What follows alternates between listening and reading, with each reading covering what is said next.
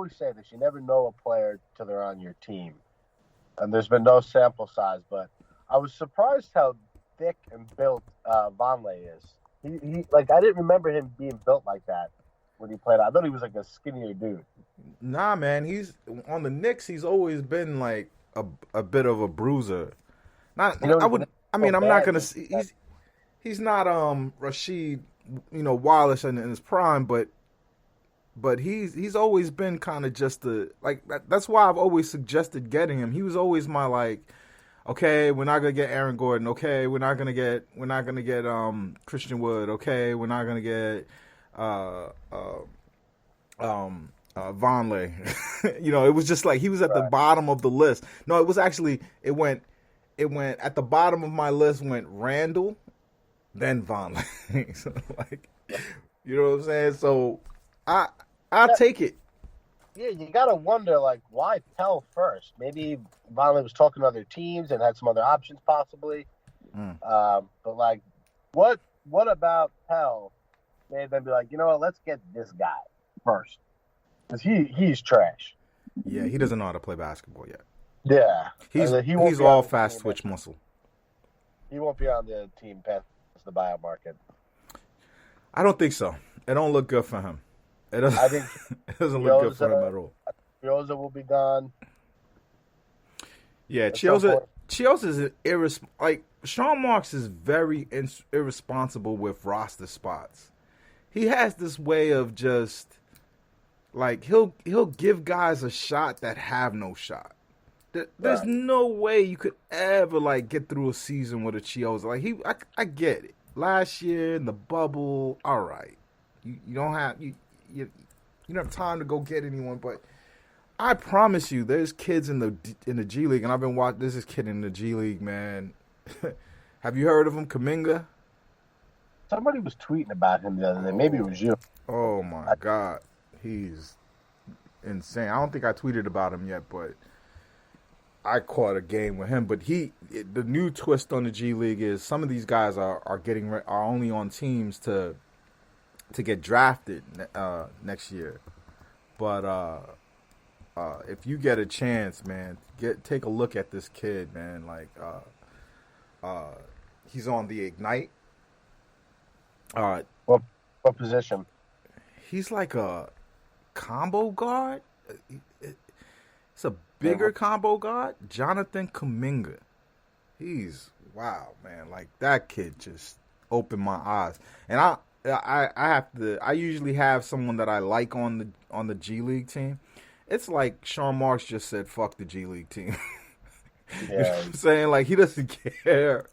The G League team won their game this week, but before it was like some interesting guys on that team, like some of the players he drafted, and this now it's just like, like, but my I'll give the Nets fan two guys that I'm seeing that I really like in the G League. I like this kid Jalen Green. I like Jonathan Kaminga, and I'll stop at those two. You got hit me if you get a chance to see him and tell me what you think.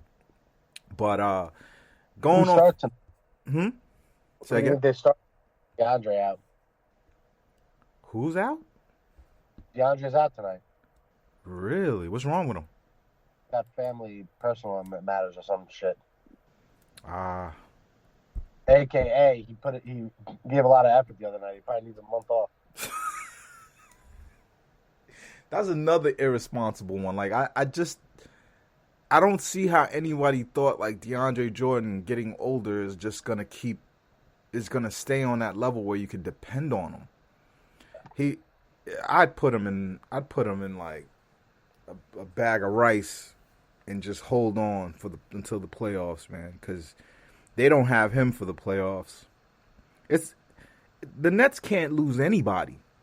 Give me three players the Nets could lose and still win. TLC. I don't think the Nets could win without TLC. He plays a vital role. I guess they could replace him. I hate Nash, but I'll give him this. He gave Tyler Johnson some of TLC's minutes, and Johnson, to his credit, knows there's not a lot of shots for him. He was dogged on defense. picking up full court. Yeah. Got hands on a couple of balls, and he got them a little bit out of their rhythm. So I'm curious to see if that continues. Nah, man. 'Cause Tyler Johnson. You remember my Tyler Johnson days, right?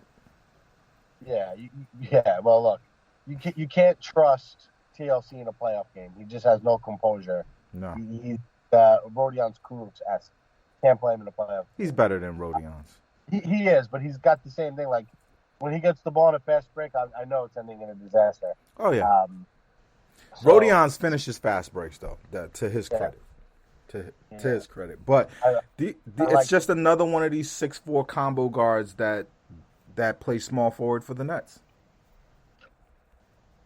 Right. What's going to wind up happening is, unless they, win a title this year, we all know who the next guy out is. Sean Marks. No. Oh, who's the next guy out? No. Joe Harris. Yeah. No. They're trying to find a trade for Joe Harris right now. They're trying to combine Joe Harris and I don't trust this team anymore. I think it's silly. You'll never see me suggest it. Because then your team has zero character, but they don't have any choice. This is a shitty defense. We're talking about worst all-time defense. Yeah, he's a luxury right now that they don't necessarily need. Right. And I would hate to, but it's the logical next move. If you want to acquire a big substance, how else can you do it? I can't. I'm telling you, this team, and tell me if I'm wrong. I know you were very pro Harden. I know you like Harden's game. I like Harden's game too. I'm happy he's on the team. But if you could go back in time, I'm going to give you two scenarios right before we look at the week ahead of us. If you could have gotten someone like, I don't know, that kid Collins from Atlanta, kept one of Karras or Jarrett, and kept some of your draft picks, and got Collins instead, is KD, Kyrie, and Collins a better team than KD, Kyrie, and Harden and what we have now? Maybe in the short term, but not the long term. Has to be better in the long term if you think about it, because get Collins probably with Joe. You can't get Collins with Joe. Why not? You don't think Atlanta would love to put Joe? They're one of the teams that was interested in him in free agency. You put him in the backcourt with Young. They obviously don't want to pay Collins. No, they and Joe was on a reasonable contract. I guess you could. It's going to take more than Joe, but I guess you have to send us something else back. We're sending them a player on a cost-controlled contract. They're sending us back somebody we're going to have to max out. Oh my God! Theoretically, could leave for a better deal. I tell you don't sleep on Joe Tsai. Joe Tsai is paying a lot of luxury tax. And the only reason why I really think Sean Marks' job is safe, and I know I'm the only person that thinks he's done a horrible job post getting the superstars. I know everybody thinks he walks on water, but you can't have these two play. You can't have Kyrie and KD, and the most creative thing you could think of doing to make a juggernaut of a team is trade for James Harden. If the only reason why that's not a problem is because I think Joe Tsai was one of the forces that made that happen. I think he wanted to get Harden, and I think he kind of helped tilt the scales to that decision being made. From a business perspective, it was a no-brainer trade. You know what? I never think about it like that. I never think about the business perspective when the team is, because I want to win so much. But you're right. But I think the business perspective evens out if you win a championship. Because there's a 6-year-old out there right now who's going to be a number one draft choice in a few years. He's somewhere out there, right? Mm-hmm. And he doesn't give a fuck about the local basketball team. He watches the league for the stars. these kind of things like put the Nets on the map now and in the future for, hey, let's go do what KD and Harden did. Let's go to Brooklyn. Like it makes them a destination for the And we future. will have a lot of salary cap once these guys are out of here. Right. How long do you think Kyrie plays in the league after this? I would say Kyrie will play out his contract. He has 2 more years for sure. And then maybe like another 3 years after that, 3 or 4. I think he loves playing, you know. Kyrie's one of those dudes that'll retire and then come back. Maybe, you know. He's just a weird dude. Like, even the other night when he addressed, like, the team, like, why is this guy talking about, like, Indians and shit for Chinese New Year? Like, what does one have to do with the other? Like, a Happy New Year to Chinese people. He's talking about, like, Indians and shit. Yeah, like, he was a big Tatanka fan of the WWF.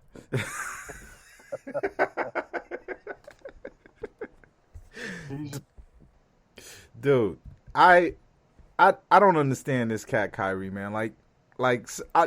What an incredible player. I love watching him play. It's a pleasure to watch him play. And I was telling Sam the other day that Kevin Durant might be league MVP. I still believe that if he didn't have this week off, he'd still be number one as league MVP. But Kyrie Irving is the Nets MVP. He's just weird, man. Like, that kid, like, how many people make fun of LeBron all the time and LeBron doesn't say anything? And this kid, man, like, you've seen that white kid who does all of the basketball impressions? And it's not even an original idea. It's not funny, but my daughter brings it to me and says, like, look at how they're attacking this kid. Why'd they turn on him? And then I looked at it and I was like, oh, this is the backlash from the Kyrie thing, because I'm not on TikTok. I don't know what the hell's going on over there. I'm seeing this, man, and Kyrie's minions was brutal, calling this kid a racist, trying to, you know, get him off the social media and all this other stuff. And I'm like, wow, like, when the Kyrie fans come for me, I'm gonna be scared because they came for this kid, and it means more to him. You know what I mean? Like, but most aesthetically pleasing player I've ever seen. Oh, his game is beautiful, man. Like, you can't even teach that. I think even though I think he was built by his dad, but his dad, like what Kyrie has in him, I don't think we see another player like that. The Nets are very lucky with point guards. I think that's why most Nets fans hate Deron Williams. Because I as a Knicks fan, I've had shitty point guards, and even when I had a good point guard in Marbury, he was fucking the interns and all kinds of just crazy shit over there. So you guys could be point guard snobs because you've had Kenny Anderson, Mookie Blaylock, Jason Kidd, even what's homeboy that came after the big guard that went to Dallas. So Sam Cassell? No. You guys had Sam Cassell. I didn't have the pleasure of being a Nets fan back then. Devin Harris. Devin Harris is who I was talking about. Prospect that position. It's never been like, holy shit, we have nobody. Like, we've always had at least a prospect there. Yeah. You know. Even though maybe the rest of the team, like the Nets' problem has always been like having a really good center. Brook Lopez might be our greatest center ever. I think so. But man, let's look at the week ahead of us. Yeah. We've got the Warriors tonight. I think that's a dub. The Kings is where I get scared. The Kings will be tough. Is that the first game or the second game of that back-to-back? So today is the Nets. The Kings is the first game of today is the Warriors. Right. Then we have a day off. We got the day off. Then we got the Kings on Monday and the Suns the following day. And we need all hands on deck for these two games because the Kings, is a game that's going to test whether we're starting to find a way to defend the paint. The Suns is a team that where we want to